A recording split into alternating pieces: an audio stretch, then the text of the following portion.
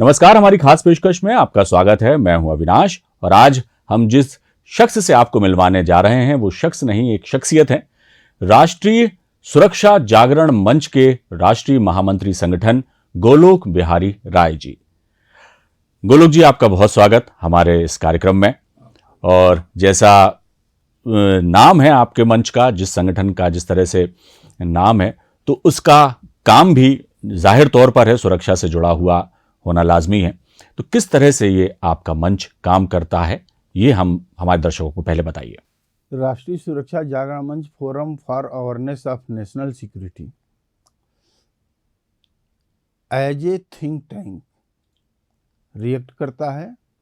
उसके साथ साथ सुरक्षा से जुड़े हुए जो देश के सामने चुनौतियां हैं, उन सारी बिंदुओं पर, चाहे आतंकवाद से हो, माओवाद से हो, या देश के बाहर देश की पड़ोसी देशों और अन्य देशों के साथ भारत की संस्कृति की समृद्धि को ध्यान में रखते हुए उनके साथ हमारी संबंध, हमारी रिलेशनशिप कैसा हो, इन सारी बातों पर देश के अंदर एक अवेयरनेस का प्रोग्राम करता है।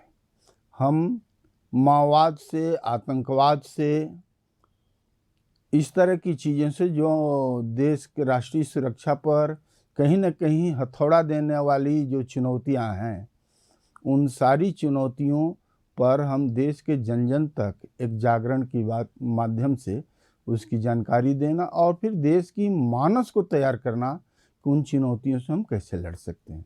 इस तरह से राष्ट्रीय Suraksha Jagran Manch forum for awareness of national security समाज में जो तज्ञ हैं, जो विशेषज्ञ हैं जी, इनको लेकर जो रिटायर्ड मिलिट्री ऑफिसर्स हैं, रिटायर्ड जो ब्यूरोक्रेट्स हैं जी, या एकेडमिया के अंदर जो इसके विज्ञ लोग हैं, इनको लेकर हम समाज का अध्ययन करते हैं, उन चुनौतियों का अध्ययन करते हैं, रीजनल स्तर पर भी अध्ययन करते हैं और फिर उनसे हम संघर्ष करते हैं।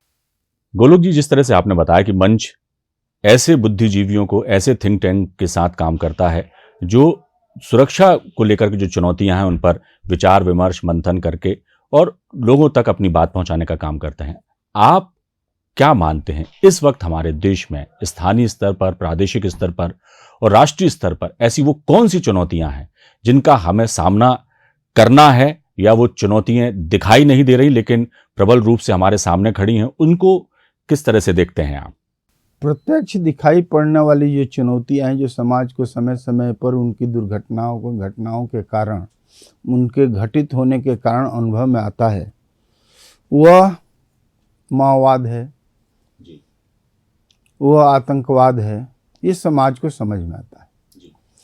परंतु कुछ ऐसी भी चुनौतियां हैं जो बड़े ही अप्रत्यक्ष ढंग से हमारे अंदर कार्य करती हैं, हमको प्रभावित करती हैं, हमारे मानस को विकृत करती हैं, और विकृत ही नहीं करती, हमारे मानस को हमारे ही विरुद्ध खड़ा करती हैं। शत्रु देशों का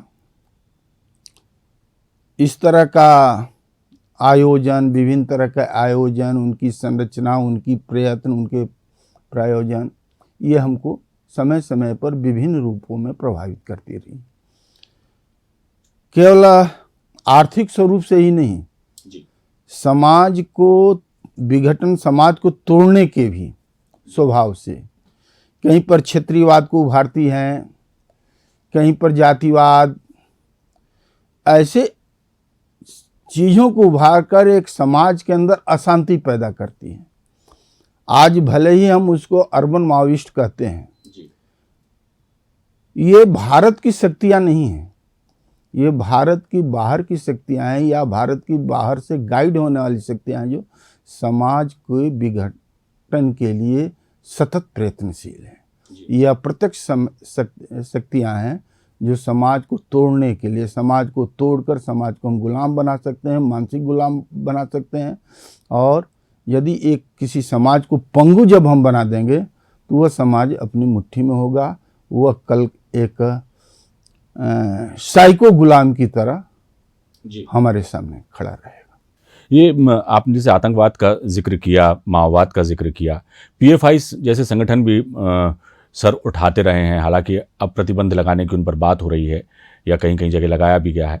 तो किस तरह से देखते हैं इस तरह के जो संगठन हैं जो एकदम से अंदर ही अंदर, क्योंकि एक दिन में कोई संगठन खड़ा होता नहीं है, इस तरह की जो चीज़ें हैं वो शनह शनह ही पुष्प पल्लवित होती हैं और फिर उनका जो है विकराल और विभत्स रूप हमारे सामने आता है। तो इस तरह के जो संगठन सिर उठाते रहते हैं, इनको लेकर आपके मंच का क्या कहना है?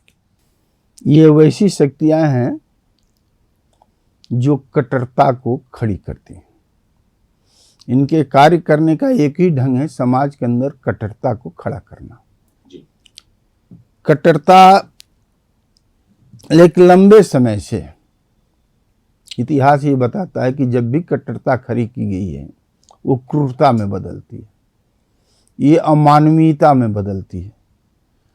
तो ये वैसी शक्ति है जो समाज के एक हिस्से में एक कट्टरपन लाना। कट्टर आदमी नेक नहीं बनता है, नेक आदमी कट्टर हो सकता है परंतु कोई कट्टर व्यक्ति नेक नहीं बनता है। जी, समाज के विकास के लिए, राष्ट्र के विकास के लिए, समाज में शांति और समृद्धि के लिए हम नेक व्यक्ति की कल्पना करते हैं। समाज में नेक व्यक्ति को यदि खड़ा करना है तो ऐसी कट्टर शक्तियों का दमन करना। इनके साथ किसी तरह का समझौता नहीं, इनका दमन करना पड़ेगा, क्योंकि एक राक्षस के समान है, एक दानव के समान है। तो हमने समय समय पर कंस से लेकर रावण से लेकर सारे राक्षसों का, दानवों का दमन किया है। तो ये भी यदि एक शक्ति है जो दानवीय शक्ति है, अमानवीय है, क्रूर है, तो इन क्रूरताओं को दमन ये शासन का काम है। शासन जो है अपनी पूरी शक्ति और सामर्थ्य के साथ ऐसी शक्तियों का दमन करे तो देश के अंदर एक शांति, एक समृद्धि खड़ी हो सकती है। राय साहब, एक बात और भी है, जिस तरह से आपने जिक्र किया कि ऐसी शक्तियों का दमन करना बहुत ज़रूरी है, क्योंकि कट्टर व्यक्ति नेक नहीं हो सकता, जैसा आप कह रहे हैं। लेकिन क्या कट्टर तक का जवाब कट्टरता से देना उचित होगा? क्योंकि माहौल जो देश में कमोबेश जिस तरह से सोशल मीडिया पर चीज़ें आ रही हैं सामने, तो ऐसा लग रहा है कि कट्टरता का जवाब कट्टरता सा देने की तैयारी हो रही है, या वो एक विकल्प के रूप में सबसे ज़्यादा आसान लगता है लोगों को। क्या कहेंगे आप? हम कट्टरता का प्रतिवाद करते हैं। देश में सोशल मीडिया जो है कट्टरता को उभार नहीं रही, कट्टरता का प्रतिवाद करिए। प्रतिवाद कभी भी यदि हम एक राक्षस से लड़ेंगे तो राक्षस से लड़ने के लिए उसके लिए जो संसाधन होगा उस संसाधन का उपयोग करना होगा। उस संसाधन का उपयोग करना क्रूरता नहीं है। यदि हम कहें कि राम यदि तीर और धनुष लेकर यदि ताड़का से लड़ने गए तो एक नारी का अपमान के साथ साथ और एक क्रूरता जोड़े तो ये क्रूरता नहीं है। वो ताड़का एक राक्षसी थी, क्रूर थी, दानवी थी, समाज को अमानवीय तरीके से प्रताड़ित की हुई थी।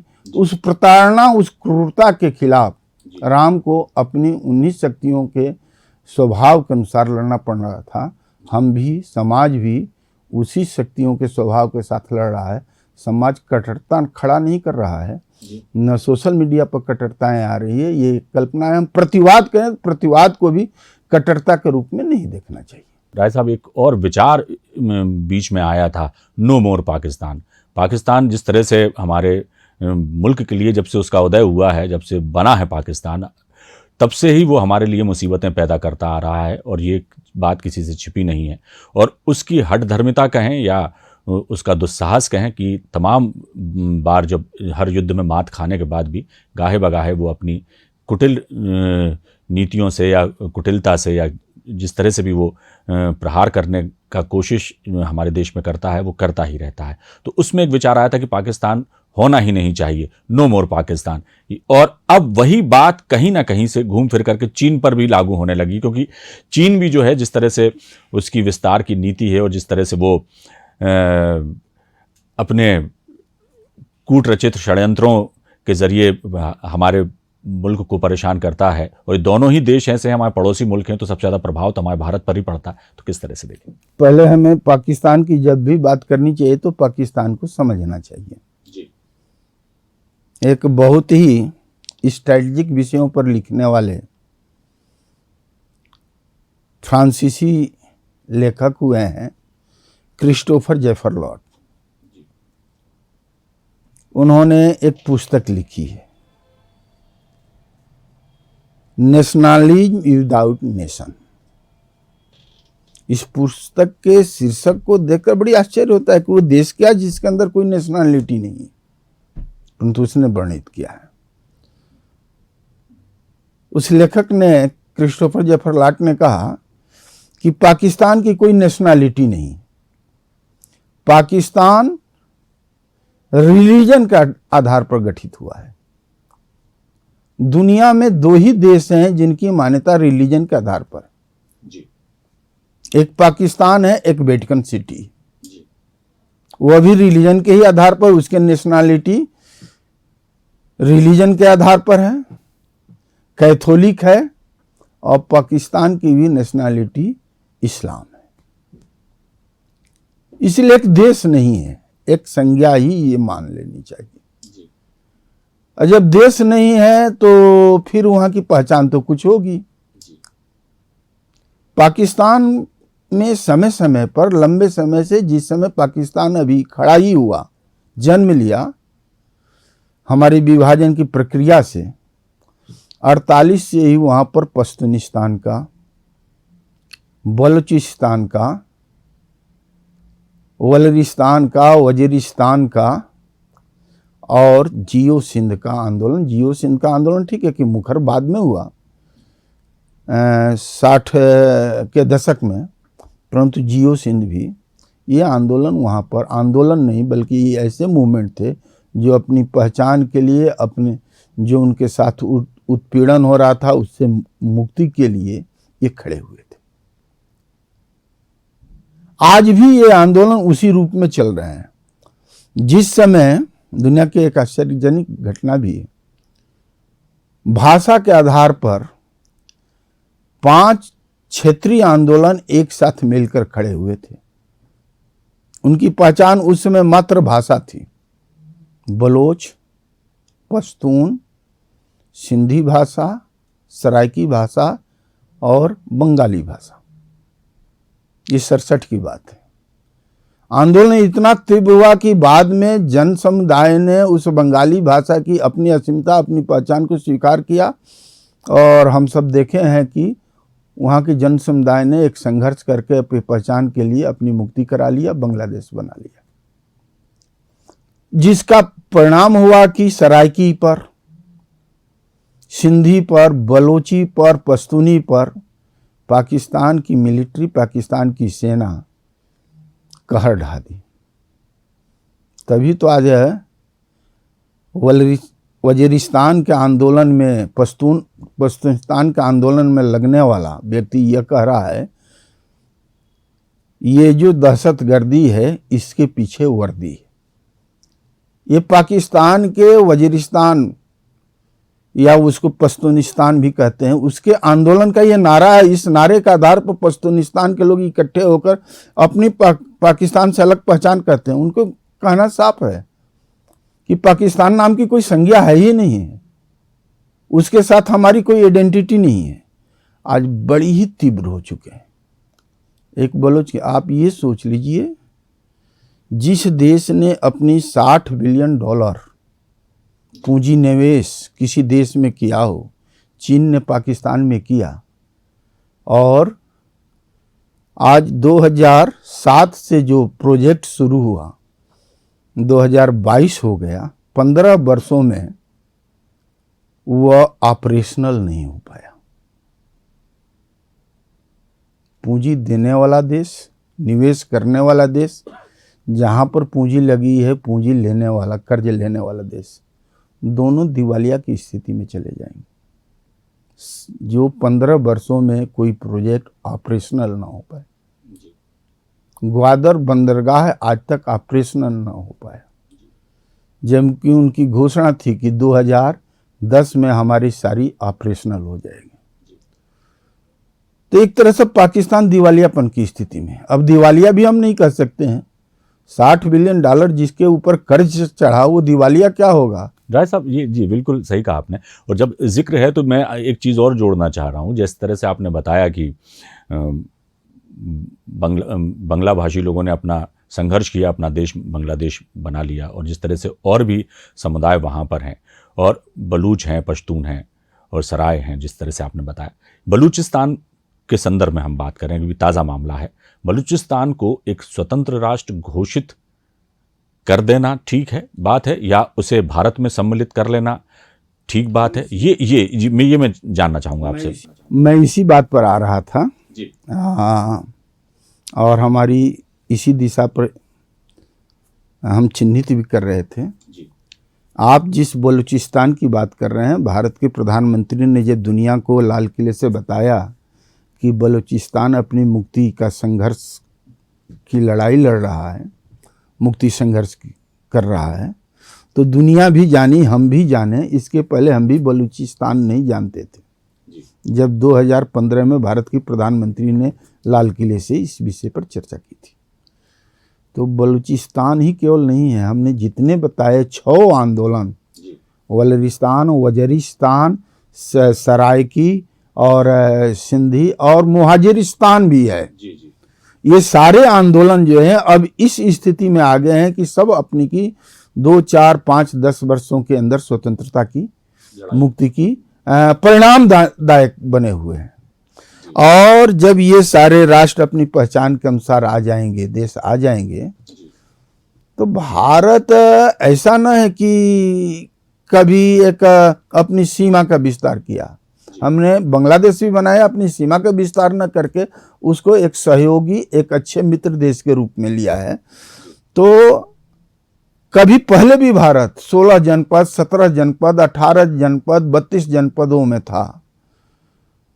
तो आज भी भारत 7-8 ऐसे देशों का परिसंघ के एक रूप में, एक विशाल भारत के रूप में कोई एक मुद्रा हो, बिना पासपोर्ट, बिना वीज़ा की हमारी सीमाएं हों, हमारी सीमाएं फोर्स की नहीं हो, मिलिट्री की नहीं हो, मिलिट्री सीमा नहीं हो, हमारी जो बॉर्डर हो वो पुलिसिंग सीमा हो।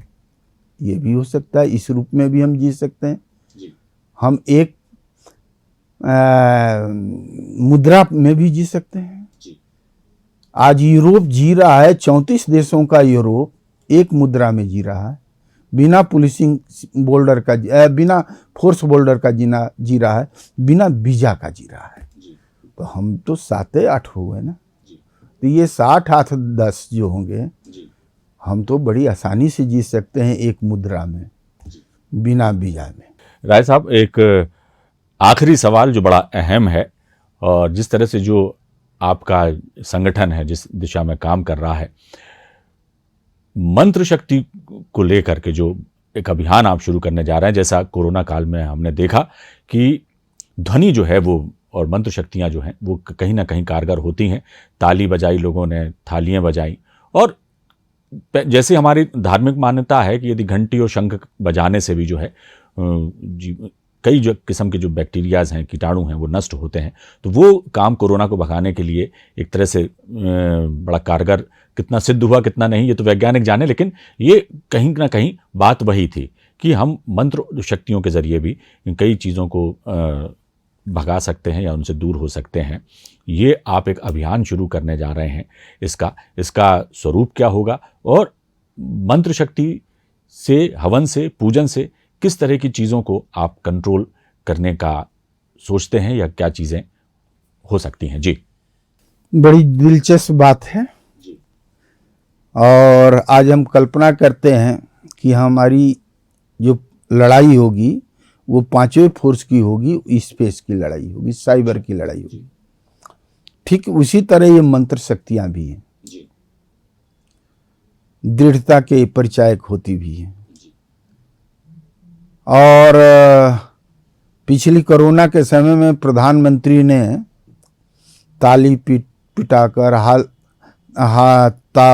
थाली पिटवाकर और दीप जलाकर ये साबित कर दिया कि हमारी ये साइबर लड़ाई हमको शक्ति प्रदान की, और हम कोरोना पर विजय भी पाए। अन्य राष्ट्रों की तुलना में हम बड़े ही अच्छे ढंग से कोरोना पर और कम से कम क्षति में विजय प्राप्त कर लिया और उसको कंट्रोल भी किया। और ये परंपरागत चीजें हैं, हम नहीं करते हैं, आह्वान करते हैं सारी चीज, समाज इसका आह्वान करता है। समाज में ऐसे बहुत सारे लोग हैं जिन इन शक्तियों का आह्वान करके सामाजिक और राष्ट्रीय संतुलन को बनाए रखने का प्रयत्न करते हैं। 1962 में आपके ही प्रदेश में दतिया धाम के अंदर स्वामी जी ने युद्ध 1962 के युद्ध पर बगुलामुखी यज्ञ किया और यज्ञ की समाप्ति के साथ ही युद्ध की स्थगित होने की चीन को घोषणा करनी थी पड़ी। और उस यज्ञ में उन्होंने उस समय की वर्तमान सरकार के प्रतिनिधियों को अभी आह्वान किया था। शायद नेहरू जी की कृपा के कारण उस समय के राष्ट्रपति ने कुछ उस यज्ञ में यजमानपुर के लिए उन्होंने कुछ सामग्रियां अपनी जो परंपरागत भेजी जाती है भेजे भी थे। और यज्ञ की पूर्णाहुति के समय ही रेडियो, उस समय तो रेडियो चलता था, रेडियो से तो इस तरह के प्रयोग समाज में बहुत सारे लोग करते हैं, कर रहे हैं। तभी उनके भी प्रयत्नों से के कारण संतुलन की स्थितियां बनती है। ये बात माननी पड़ती है, कभी कभी तो माननी ही पड़ती है। प्रधानमंत्री ने दिखा भी दिया पिछले बार थाली और ताली पिटवाकर। तो इस तरह की जो पराशक्तियां हैं जो यज्ञ के माध्यम से, तप के माध्यम से जागृत होती है और पृथ्वी के व्यवहार में, संतुलन में, ग्लोबल व्यवहार में, संतुलन में एक स्थिरता लाती हैं, एक परिवर्तन लाती हैं। तो इस तरह की पराशक्तियों के विषय में एक आम लोग, एक कुछ लोगों के मन में है कि वे शक्तियां संगठित होकर जो चाइना, चूंकि चीन जो है आज एक अमानवीय, मानवता के, चाइना किसी देश का दुश्मन नहीं, आज वो मानवता का दुश्मन है, क्रूरता का प्रतीक है। जितने भी दुनिया में क्रूर हुए हैं और जो भी क्रूरताएं किए हुए हैं उससे भी कहीं अधिक क्रूरता आज चीन अपने ही लोगों पर कर रहा है। या तो सिजियांग की हो या आज का कोरोना हो, जिसमें करोड़ों लोग, अभी आप ही सबके माध्यम से मिल रहा है कि करोड़ों लोगों की चाइना में मृत्यु हो चुकी है और चाइना आज तक उसका डाटा तक नहीं देता है। तो ये जो क्रूरता उसकी है, उसके क्रूरता के विरोध ये शक्तियां, पराशक्तियां जगेंगी, जग गई हैं। लोग इस तरह के प्रयत्न कर रहे हैं। एक सामूहिक प्रयत्न, उनको भी बल मिले एक सामूहिक प्रयत्न के लिए। कुछ लोगों के अंदर ये चर्चा है कि हम चीन के विनाश के लिए, क्योंकि चीन का विनाश हमारे की व्यक्तिगत दुश्मनी नहीं है, भारत की कोई पर्सनल दुश्मनी नहीं है, बल्कि वो मानवता के साथ क्रूरता कर रहा है, खिलवाड़ करता है। इसलिए विश्व के अंदर शांति और समृद्धि के लिए आवश्यक है कि चीन का विनाश हो। और इस विनाश के लिए मंत्र शक्ति को जागृत जब हजारों, लाखों, करोड़ों लोग जो करेंगे, वो जाप, वो उनकी प्रयत्न, वो उनकी साधना, वो उनका तप कहीं न कहीं एक पराशक्ति के रूप में खड़ा होकर और चीन को, क्रूरता को रास्ता दिखा दे। राय साहब, ये बात आपने समाप्त कही।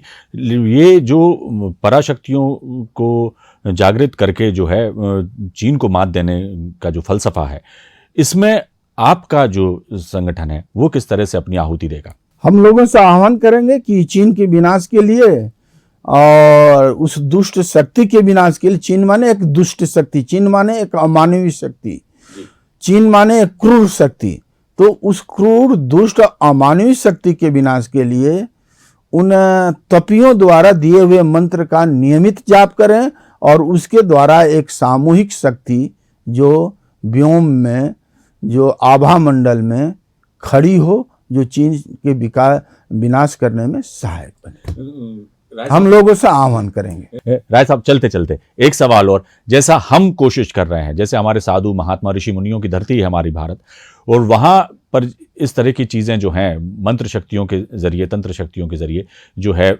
सामाजिक समरसता लाने के या लोगों के लोक कल्याण की बातें हमारे ऋषि मुनि और वैदिक काल से चला आ रहा है, ये परंपरा चली आ रही है। और अब एक बार फिर जिस तरह से आप बोल रहे हैं कि एक अभियान के रूप में और इन सब चीज़ों को किया जाएगा ताकि मंत्र शक्ति के प्रभाव से चीन के प्रभाव को कम किया जा सके या उसे खत्म किया जा सके, जो भी लक्ष्य जो है वो यही है कुल मिलाकर के। लेकिन क्या नहीं लगता कि आपकी जो चीज़ें हम कर रहे हैं, क्या वो दुश्मन देश भी जो हैं हमारे, वो भी काली शक्तियों का या इस तरह की मंत्र शक्तियों का इस्तेमाल हमारे विरुद्ध कर रहे होंगे या करते हैं? ये आपकी जानकारी में मैं केवल दे देता हूँ जी और बड़ी प्रामाणिक भी जानकारी दे रहा हूँ। जी तिब्बत के अंदर तांत्रिक विद्याओं का बड़ा ही विकास हुआ। जी जिस समय तिब्बत में तांत्रिक विद्याओं का विकास हो रहा था शुरू में, उस समय चीन का ज्ञानसू, हेनान, कुमिंग, ये इलाके जो होते थे, माने लांजिंग के नीचे के इलाके, यात्सेन नीली नदी, पीली नदी के नीचे के इलाके जो हैं, ये तिब्बत के प्रभाव में आया। उसी तरह तंत्र उनके भी अंदर गया। चीन जब कम्युनिस्ट चीन 49 में बना, हम तो सेकुलर बन गए, हम अपने इस विद्या के ऊपर कोई विश्वास ही नहीं रखे, परंतु चीन की सत्ता अपनी विश्वास रखी। उसने बहुत सारे राज्य के सहयोग से तांत्रिकों को संरक्षण दिया और उसने तंत्र विद्या को जागृत कराकर अपनी सीमाओं को, अपनी सारी चीजों को उसने संरक्षित भी किया। ये बात बहुत सारे लोगों को ऐसे ज्ञात है, कोई बोलता नहीं है, क्योंकि एक हमारे यहाँ मान्यता बन गई कि किसी ने पुस्तक लिखा, यदि वो 2 लाइन लिखा तब हम बोलेंगे। तो समय समय पर पुराने हमारे तांत्रिक, गोपीनाथ कविराज के समय 1-2 तांत्रिकों ने इसकी कभी कभी चर्चा भी की थी। और आज भी नेपाल के हिमाल क्षेत्र में जो भोट जातियां रहती हैं, जो तिब्बत और ग्यानसू और हेनान से के लगती हैं, उन्हीं के समान है, वे भोट जातियां, उनके अंदर ये चर्चा कभी कभी हमने सुनी है कि चीन जो है तंत्र विद्या का राजकीय संरक्षण देता है। और राजकीय संरक्षण जब तंत्र विद्याओं को उसने दिया है, तो इस तरह की, चूंकि वो अपने पारंपरिक विद्याओं का, चिकित्सा पारंपरिक कई चीजें उसने अपनी पारंपरिक विद्याओं का संरक्षण दिया राज्य से, उसी तरह उसने तांत्रिक विद्याओं का भी संरक्षण दिया है। और इसलिए हम यदि सोचते हैं कि उस दुष्टता क्रूरता को यदि तंत्र से दे सकते हैं, तो वो तो राज्य संरक्षण दिया। हमारे यहाँ तो राज्य संरक्षण भी नहीं, तो निश्चित रूप से उसने भी इस तरह की कोई व्यवस्थाएं बनाई होगी। और ये मौखिक रूप से लोगों के कहने सुनने में ध्यान होता है। हिमालय के क्षेत्रों में भोट लोग और लेप्चा लोग इस बात को कभी न कभी सुनाते हैं, जिनका तंत्र से संबंध है। यानी कुल मिलाकर के अब लड़ाई सिर्फ हथियारों की नहीं है, साइबर लड़ाई नहीं है, और अब लड़ाई मंत्रों की लड़ाई भी है। एक कहना चाहिए कि पराशक्तियों को जागृत करने की भी अब एक जरूरत आन पड़ी है। इसको मंत्र न कहकर हम कहेंगे कि पराशक्ति की लड़ाई है, कि पराशक्तियां भी आगे के भविष्य में, जो कभी हम सुनते भी थे, बिल्कुल, यानी अभी तक वही बात कही कि अभी तक हथियारों की बात होती थी, और फिर साइबर अपराध आ गए, या साइबर क्राइम होने लगे, या साइबर के थ्रू अपने से एक दूसरे को नुकसान पहुंचाने की चीजें होने लगी। अब पराशक्तियों को जागृत करके भी हम अपने दुश्मन को परास्त करने की ओर आगे बढ़ रहे हैं। कुल जमा बात यह है। गोलोक जी, आप हमारे साथ इस कार्यक्रम में आपने शिरकत करी, आपका बहुत धन्यवाद। और हम निश्चित रूप से जिस अभियान को लेकर, एक जन जागरण का अभियान लेकर के जो आप चले हैं आगे, उसके लिए हम निश्चित ही तौर पर हम ये मानेंगे कि आपको सफलता मिले। तो हमारी खास पेशकश में इतना ही। ये थे गोलोक बिहारी राय जी, जिन्होंने बताया कि किस तरह से हम अपने दुश्मन देशों को हरा सकते हैं, पराजित कर सकते हैं। लेकिन उनको परास्त करने के लिए ज़रूरी है कि हमें अपने सामर्थ्य के साथ और साथ में पराशक्तियों को जागृत करके भी ये लड़ाई लड़ना होगी। और एक सामूहिक, जो कहना चाहिए कि एक अभियान वो शुरू करने जा रहे हैं, ताकि हमारा पूरा देश अपने मंत्र शक्तियों के जरिए और धार्मिक अनुष्ठानों के जरिए भी जो है अपनी रक्षा भी कर सके और शत्रु देशों को परास्त भी इससे किया जा सके। फिलहाल इतना ही, दीजिए इजाजत। बने रहिए आप हमारे साथ। नमस्कार।